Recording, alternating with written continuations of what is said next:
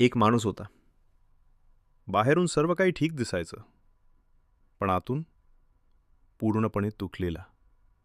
जॉबमध्ये प्रेशर, घरात जबाबदाऱ्या, मनात भीती आणि डोक्यात सतत एकच विचार, मी एवढं सहन का करतोय? रात्री झोप नाही, दिवसा समाधान नाही, लोकांमध्ये हसू, पण एकट्यात अश्रू.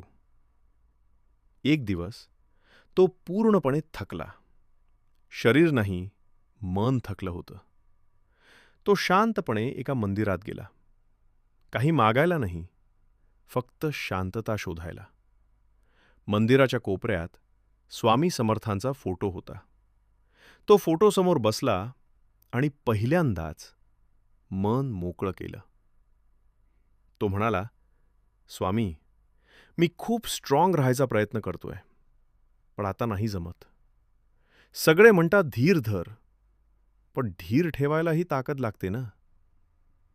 स्वामी बोलले नाहीत, पण त्या शांततेत त्याला उत्तर मिळालं.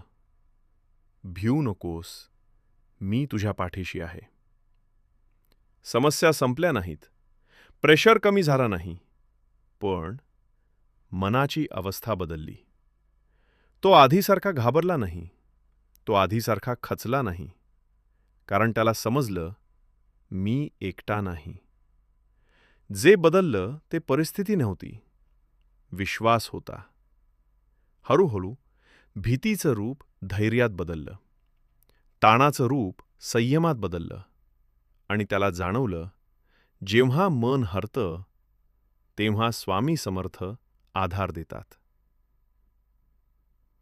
कधी आयुष्य खूप जड वाटलं, कधी सगळं संपल्यासारखं वाटलं, तर लक्षात ठेवा, स्वामी समर्थ आपल्या पाठीशी आहेत.